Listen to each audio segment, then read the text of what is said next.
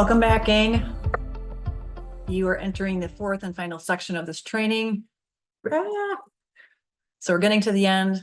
This is a shorter section, so we're in the final lap of this 6-hour webinar that I have never done before.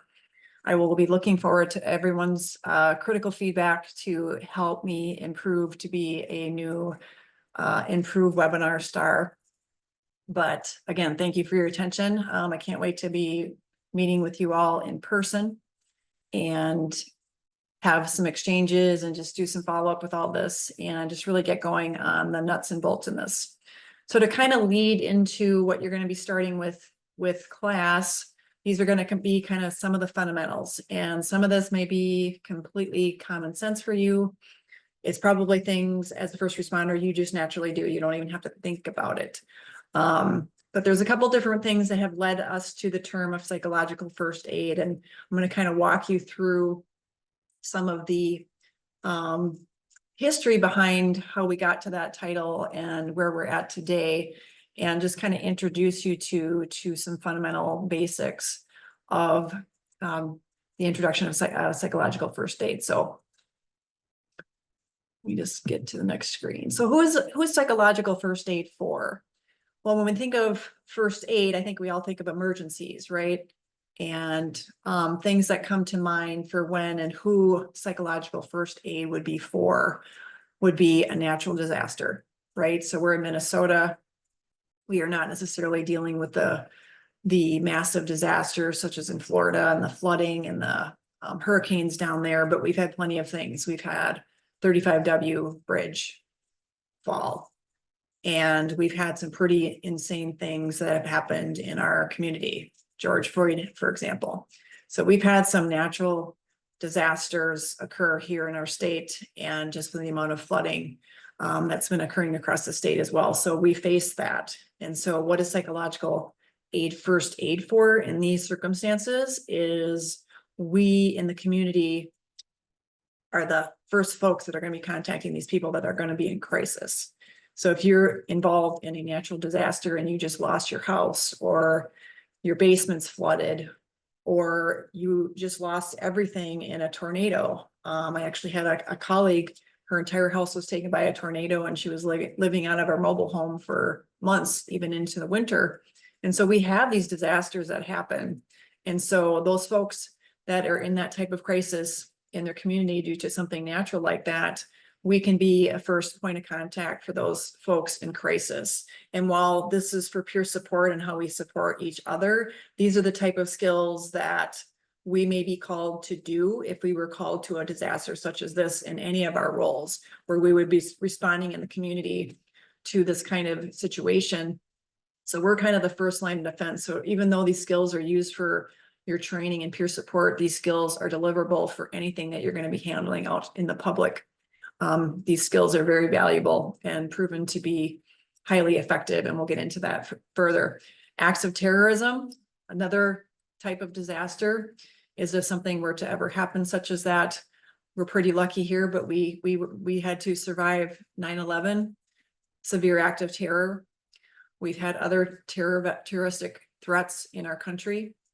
We've now recently had 1 to 2 assassination attempts on the vice president or the ex-president.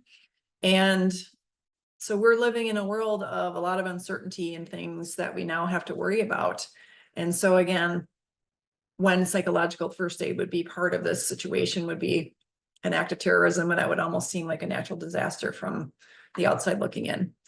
Significant loss of life. It could be a mass casualty involving many community members.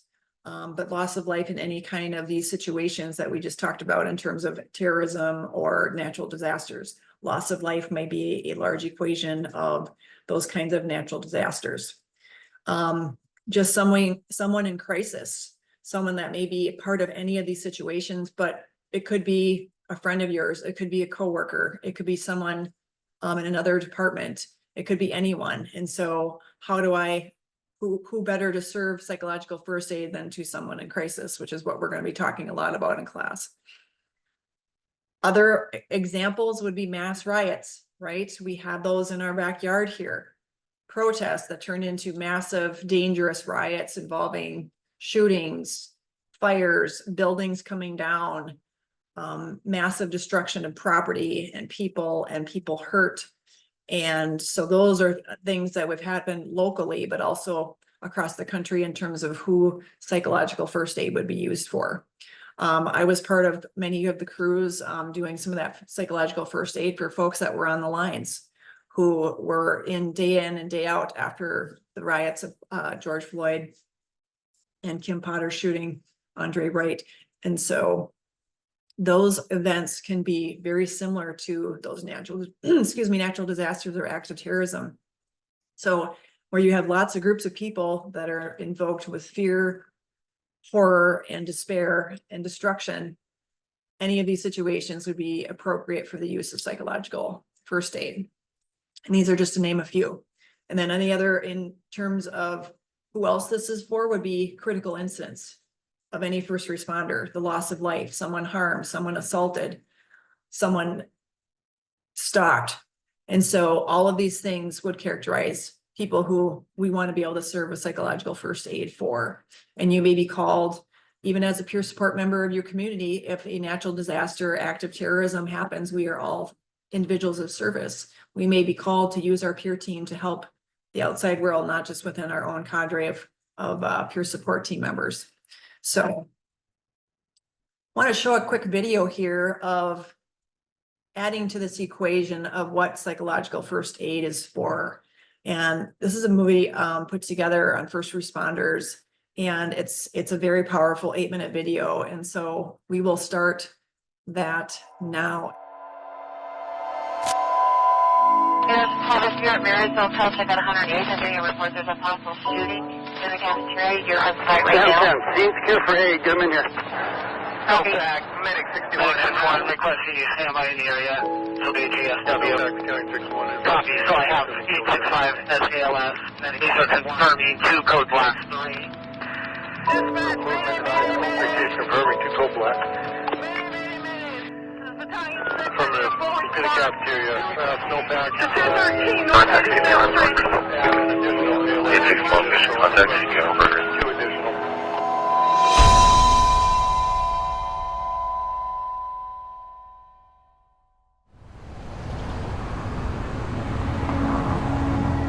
It's that kind of job where we don't want to talk about when we're having a tough time.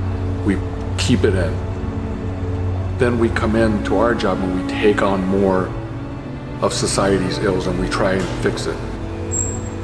We've asked these young men and women to do sometimes incredible, amazing, unbelievable things that Hollywood makes movies about. Those big things take a toll. We owe it to them. We owe it to them to do everything we can to help them through these crises.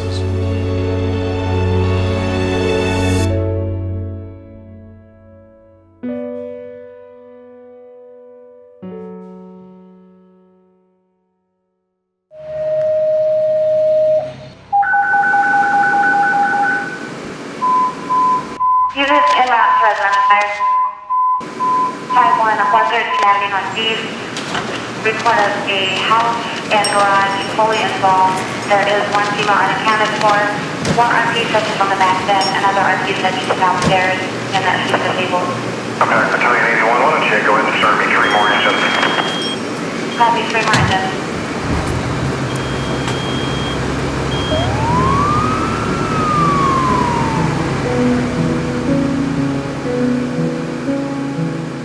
My name is Kat Knowles. I work for Seattle Fire Department. I've been a firefighter here for a little bit over a year.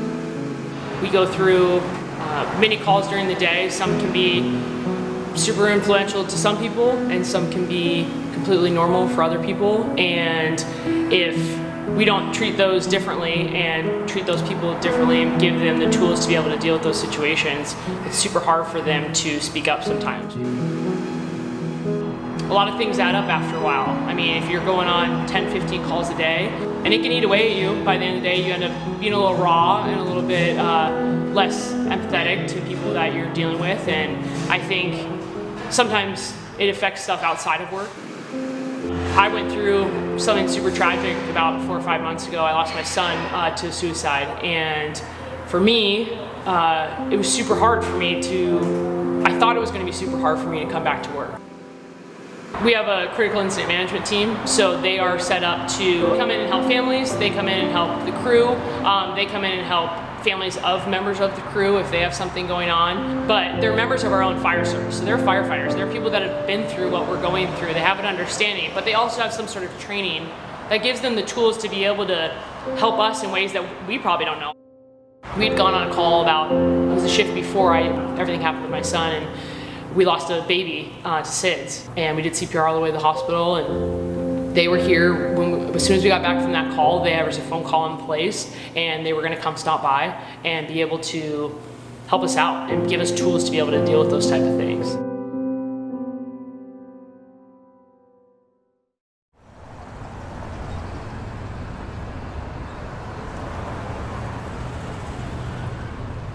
I'm Mike Washington, Seattle Fire Department. I've been a firefighter for 29 years. Well, I've been involved with peer support for a number of years, going back to around the Peng Warehouse fire time, and seeing how that was rolled out at the time and how it didn't work for a lot of firefighters, and dealing with the aftermath of our line of duty deaths.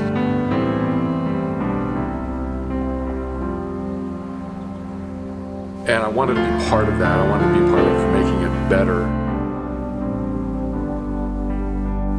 As someone who struggled with suicide as a firefighter, you look at society as a whole, and if we had a group of people here, we know that people as a child have gone through abuses, sexual molestation, psychological abuse, economic deprivations, you name it. And I had all those. I had all those as a child. So I joined the Marine Corps, and after the Marine Corps I became a firefighter, and I started seeing the things that we deal with in the fire service. And in the meantime, I'm still in the Marine Corps Reserve, and I'm going to Desert Storm, I'm going to Bosnia, Iraq, Afghanistan, Africa, and I'm seeing things there. But I don't talk about them, because if you don't talk about it in the fire service, you don't talk about it in the Marine Corps either. It's that culture, right? That culture that we all wanted to be a part of. Before I even joined the Marine Corps, I had a litany of things, but what we do, we just put that away. It's just, especially at that time, I'm 55 years old, and at that time, you just, okay, we don't talk about it. We're just gonna move on with our lives. And there's something to be said for moving on with your life, but you need help doing it.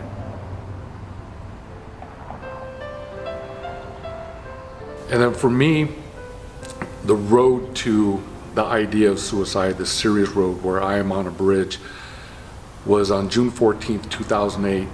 I was notified that my son was killed in action in Afghanistan. And I was at Fire Station 16 at the time.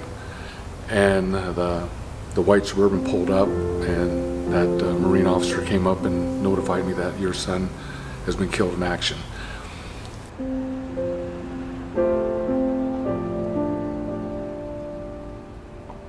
And if there was the PTSD issues that I was already dealing with, kind of accelerated, as you can imagine, and things just got harder and harder, and my drinking increased, my marriage was failing, and these are all things that I think I had control over if I would have sought the help at the time, if I felt comfortable enough to reach out to somebody. And sometimes that's just your own thing, and part of what we want to do here in the as a peer support representative is make it okay to reach out, and I'm in that world, and I didn't feel like I could do it.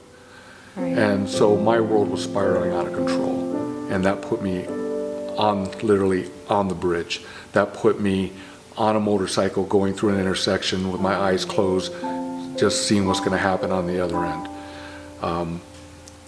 And then eventually that seeps over into your professional life. You might be able to think you're holding it together, but then you're going to get to that call, that one call that's going to say, you need some help, and you need it now.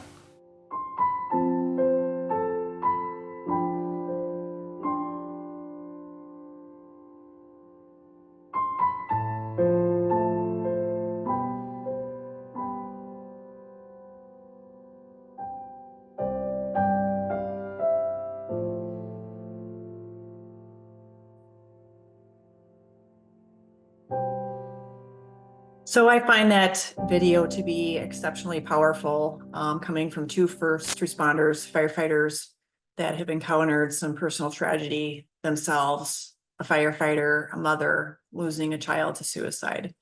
That comes pretty close to home for me. I've got two clients right now that I'm working with that have recently lost a teenager, 16 and a 17-year-old to suicide. And it's a new area even for me. Obviously, being a cop for as many years as I have, I've seen so many, but it's a very different navigation to walk the walk with a parent who lost their child versus being in someone's life for 2 hours, 3 hours on the scene and then leaving that scene and not returning. And so this video just really touches home in terms of who all is worthy of psychological first aid, and that we are all large, small, strong, and we all need this support. And while we're talking about natural disasters and terroristic threats and riots and other massive ways in which psychological first aid can be applied, I don't ever want us to lose sight of the most important people in this process, which is you. You are the one that is out there putting your life on the line, taking care of those incarcerated, sending us safely via radio to the places we need to go. For the paramedics, the nurses, the doctors to be able to work under the amazing stress and pressure of what is brought to them, especially if one of us was harmed or killed. And so as we kind of get to the end of this section and continue on with just diving more into psychological first aid, I just want us to take pause of just the message in this video and just how each one of us, as we continue to move through this training and beyond, is that we can all champion this to others. We can't get it from the top or the bottom or the middle. We have to be champions ourselves. And what I like to consider all of you who are part of this cadre now of peer support counselors is you have that extra training, that extra skill, and you get to be what I refer to as a champion in your agency. We are all championing being powers of change. And so again, I can't stress enough, you've heard it several times, of how grateful I am that you're here taking this class, sitting through this long video, and putting yourself out there to be an advocate for change and being a conduit to change, because that's how I got here. And I can't wait to meet you and share more of my story. So we're going to get into a little bit more in depth further in terms of the evolution in which psychological first aid originated. So I want to jump in a little bit into the evolution and history behind psychological first aid, so that we have a common understanding further in terms of where this came from, why we're doing it, why we're practicing it. And the kind of evolution it started in the military, similar to how the definition of PTSD originated, as many things were only thought to have been in the military. Only PTSD could be occurring in the military. Obviously, over time, our understanding of trauma, our understanding of post-traumatic stress disorder, and how that impacted not only the military, but many across the world. Not everyone. You don't have to be a first responder to suffer from PTSD. So that has been an evolution of itself also, and that many of these types of trainings have been developed for the military. It starts there, and where better to start, right? Our military need these types of things. And so it started in the military, this evolution of psychological first aid. And then it kind of moved to the process of what we refer to as critical incident stress debriefings, or CISD. That became a new process that also became from the military in terms of how do we get through some of these horrific events that we are encountering in battle? How are we taking care of it? And so it was established in terms of ways of processing things in combat, in war, for only veterans. And so then eventually it went from the CISD model to what we refer to as the Mitchell model, which is what we practice today, which is how we are trained in CISM, critical incident stress management. And so that's kind of been the progression of today. And many of the folks here I know are also CISM trained as well to provide those very critical debriefings needed after a natural disaster, a terroristic event, a riot, a significant critical incident, a death. So all of those things are going to be built along the way as we continue in this training. And I'll be talking about that a lot in the next 3 days. And so this evolution then led us to eventually what we're calling psychological first aid model, which was developed by the National Center for PTSD and Natural Child Stress Network. And so psychological first aid, it's a structured way of supporting someone who needs help. Involves caring about a person in a difficulty and really paying attention to the reactions that they feel and really listening to them, and if needed, providing practical help in those moments. Just like in CPR, when we assist an individual who may be having a heart attack or another type of medical event, mental health first aid teaches us how to assist and support someone who's experiencing that mental health or even a substance abuse crisis or challenge in that moment.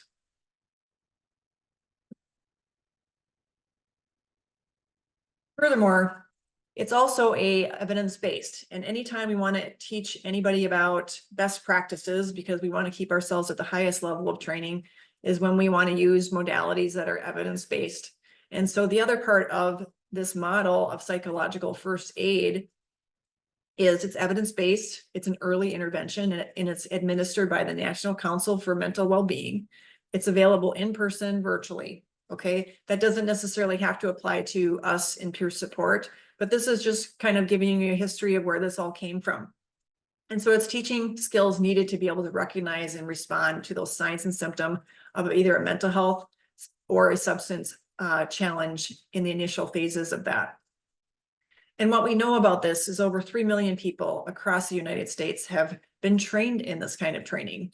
And while we will not be necessarily incorporating a specific training for psychological first aid, we're going to be going over the basics because it's really upon the building blocks of as we go in terms of building on our skills, in terms of listening, how we adapt, how we apply listening skills, the crisis that's in front of us, and then offer what is a good suggestion or a link to someone who can help that person in crisis. And so knowing that so many millions of people have used this is just brings it to the point of just another thing that we want to add in our toolbox of just getting the basics and building upon this as we go each day at a time. So as we continue discussing all the ins and outs of psychological first aid, I just kind of want to go into just kind of more of the strengths and why it is so critical for us when we're doing this kind of work, being that first point of contact. And some of the strengths of that psychological first aid is it's just that information sharing. It's gathering information that can help us best help that person in a rapid manner for them and just address any kind of immediate concerns and needs that we may be able to implement for that person in a supportive way right away. It also relies on it's field tested, evidence-based. Again, these are all strengths of why this is such a good practice. And this type of aid, it emphasizes developmentally and culturally appropriate interventions for survivors for all kinds of age groups and ages, right? So again, while we'll be probably working mostly with adults, these skills can also transcribe into skills of working with people in your service profession in terms of working with kids, and how can I use these skills to also de-escalate and aid a child in crisis. For instance, having a potential suicide or a parent that has taken their life and their child is there dealing with that screaming child. I can think of so many things where children have been involved of being that person that just happens to be there, and that poor child does not have the ability, the cognitive ability, or the tools to be able to manage that crisis in that moment. And so again, going back to the strengths of this is how powerful this can be in learning these skills, not only for you being a peer support officer or member or counselor, is that these skills can transfer to how you would deal with potentially a crisis at home or in a disaster, terroristic riot, any kind of other type of natural disaster or significant event where we would be asked to aid in that. And so just kind of the basic objectives in this are first, being supportive. The whole point of your intervention of being for that person in that moment immediately is to be supportive. Listening. What can I do? Are we safe in this moment? Again, it's evidence-based. That's what we want. It's kind of a modular approach. It's a very acute intervention of choice. So while in therapy, when things are calm, I have many modalities to select in terms of how I'm going to best serve my client in that situation. But if I have to deal with someone in crisis, I'm going to have to use whatever I got in that moment. And so when I was a crisis therapist, as well as a SWOT negotiator, I intertwined a lot of these psychological first aid types of skills quite often, because even in negotiations with someone, we want them to know I'm here to care for you in any way that, whatever that looks like. And so conveying that message quickly, openly, and honestly is going to be really critical in terms of, I am here to help. What do you need? What can I get you? Do you have something to eat? Do you have something to drink? Just some of the basic things in terms of support for that number one category. And then the goal is to reduce any initial distress caused by this traumatic event, no matter what it is.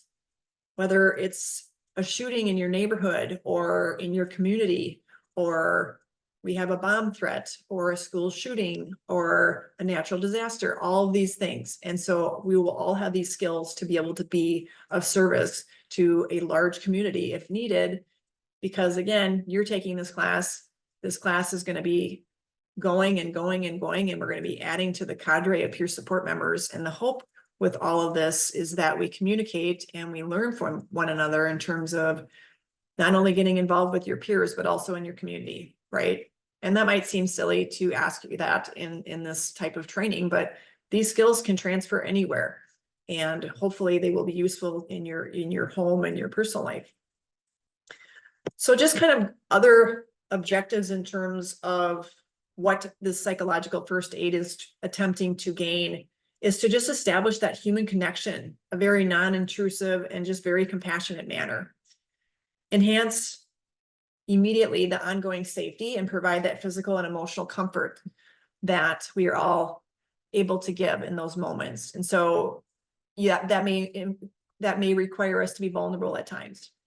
But our ultimate attempt is that human connection, that we can give that connection to someone else, that they have some sense of safety, knowing that we're there and without being intrusive, of course. The other points of this is we want to enhance and immediately give this person a sense of safety, making sure that they physically feel safe and emotionally feel safe, if we can offer that in that moment of time. And again, this could be a peer support situation in your workplace, because any one of your workplaces could have a disaster or have a critical incident. And so how do I best aid this person in crisis right then and there? And I'm going to want that human connection. I might not know who I'm working with in the midst of this particular situation, but if I have a peer who's trained in this, then I have the ability to offer that human connection right away, hopefully bringing that person down in a calm manner and also giving them just another sense of peace that someone else is there with them. So just kind of add to this list in terms of what we hope to accomplish with psychological first aid is providing that calm emotional peace for that person who's overwhelmed or in crisis in that moment, and just gather as much information as we can about what they know about what's going on, so that we have the information to be able to best help them in that moment. Offering any kind of practical assistance. Can I call somebody for you? Do you need a bottle of water? Things like that. Address any immediate concerns, whether it be medical, fear, connection to family, whatever that immediate need is at the time, is kind of the next piece of what we were doing. Connecting survivors as soon as possible for that social support right away, if it's a natural disaster or any kind of event that may or may not be at your workplace or in the greater public. Advocate, acknowledge any efforts or strengths that they're showing in that moment, of just validating that they're doing really well, to keep them kind of with you, present, being able to talk to them, making eye contact with you, some of your basic de-escalation skills if you have someone in crisis, of being able to just calm them to the best of your ability and being able to just kind of bring it down a bit. And then if you kind of lose cycle of that, is just going back to the basics of, is there anything you need right now? Are you medically okay? Do you need me to call X, Y, Z? And so all of these things really are helpful in those ways. And then just providing support is really what it's all about. So what does it cover? Psychological first aid, it covers how we train. This training in general is how we can recognize early detection of when psychological first aid is needed. And at the end of this course, and further discussions in a deeper dive into psychological first aid, when we kind of go into the learning skills and reflection skills and active listening skills, we're going to be really taking a deeper dive into this. But obviously, psychological first aid is right in the immediate. You know, it's not the luxury of time where we can go and maybe connect with someone for an hour or 2 hours for a peer support connection. And this is for immediately needed now, short period of time. And so in terms of what it covers is we want to have that early detection within our peer group and also abroad. And so we want to be able to identify when someone is in crisis. We want to have the skills of how do I interact with this person in crisis? Is this crisis going to want me to go like this?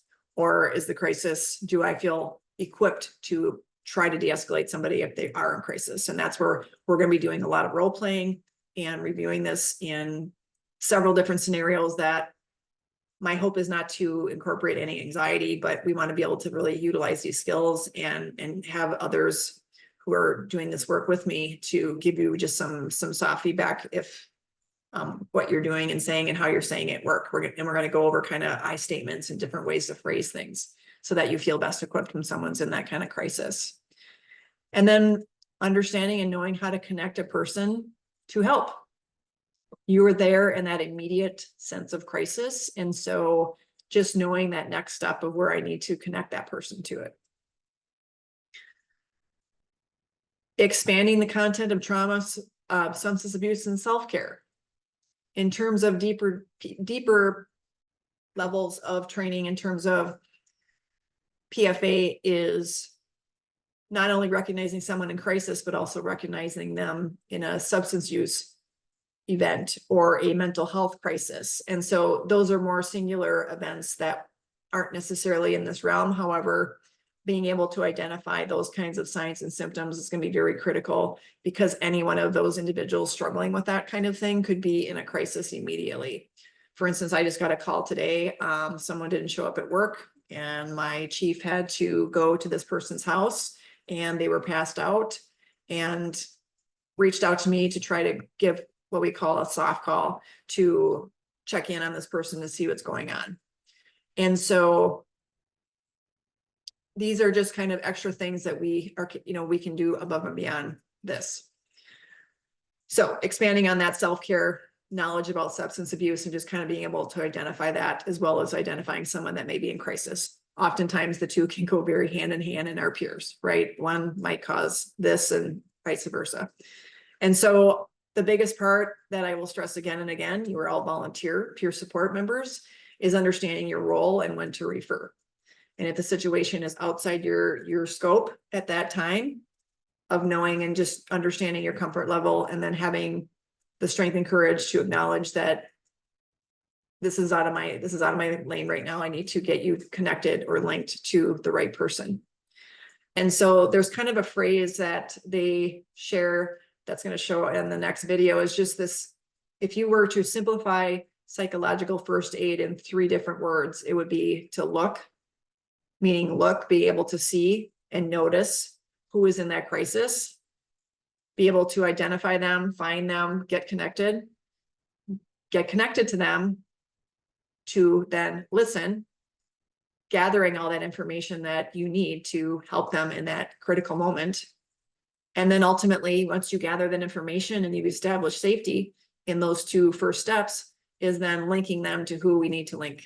And so we will be building on these skills as the duration of class goes, but I'm just going to show a quick little video to just kind of root home the final parts of psychological first aid before we wrap up this last section.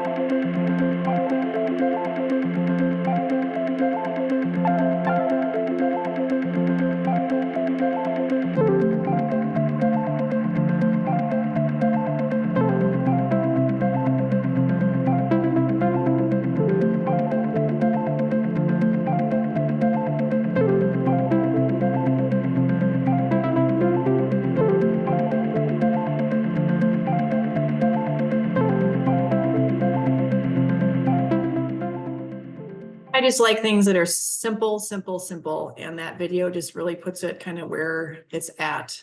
And that we just really have to look, we have to listen, and we have to link people to the correct places and people that we know can help them depending on what their needs are. So we're getting close here, gang. I just kind of want to go over a concept we use in terms of that making your own emotional or first aid kit for yourself. I think it's really important for us to know what we need in moments of crisis or in stress, and also know what our loved ones, at least in our personal life and the people around us, what they may or may not need in their emotional first aid kit. And so I just really encourage you to create one for yourself and for your loved ones, and just kind of practice identifying these kinds of needs and skills in terms of your loved ones and how you can help. And so what's included in this is a cute little luggage bag here, and it has us identify sound, sights, touch, smells, humans, and how we take action. And so what goes in this emotional first aid kit are sounds. Create a playlist on your phone using your favorite streaming service, your favorite song, creating whatever melody you need for that particular need in that emotional time. When you're really down, I'll play this. I need this playlist. I need it to build me up, and vice versa. Okay. Creating sites, save images that make you smile on your phone. Have screensavers that are bigger, that have inspirational messages. Offering sites, go outside, go look at nature, whatever you want to see. Touch things that bring you joy or comfort, like some soft clothing, your pet. I always encourage weighted blankets for people in crisis to help calm their whole central nervous system down. Smells, breathe the smells that make you happy and relaxed, like lavender or fresh air. What else do you want in there for smells? I just met with a young officer today who had his first very, very decomposed body that did not smell very well at all. And we were focusing on some of our ART skills around creating a different smell. And so being able to have that in your toolbox, that if I'm really stressed out or if I'm crisis, do I want wintergreen? Do I want peppermint? Do I want lemon? In terms of what smells do you want to be able to bring in to help you in your emotional kit? Humans, make a list of the people who love you and who support you, that you would want around you in a time of crisis, so that if there is a crisis, you have that in your emotional toolkit. You yourself share it with your loved ones so that you're all on the same page. And then take action. Go for a jog, go for a walk, call a friend, give yourself a spa day, but take action in terms of how we each can help in our own emotional first aid kit. So this is kind of wrapping up our last section, gang. That was a quick section because I want to make sure we're at 6 hours, no longer, no shorter. And I can't wait to meet you all in the class together. This is going to be your quiz, so you might want to take a picture of it and bring it with you, because we're going to go over the answers the first day of class. And so number 1 is a true false question. There are 6 dimensions of wellness, true or false. Number 2, peer support team members may perform duties of a therapist, true or false. Number 3, which dimension of wellness focuses on gratitude and finding greater purpose? A, financial, B, intellectual, C, spiritual, D, none above. None of the above.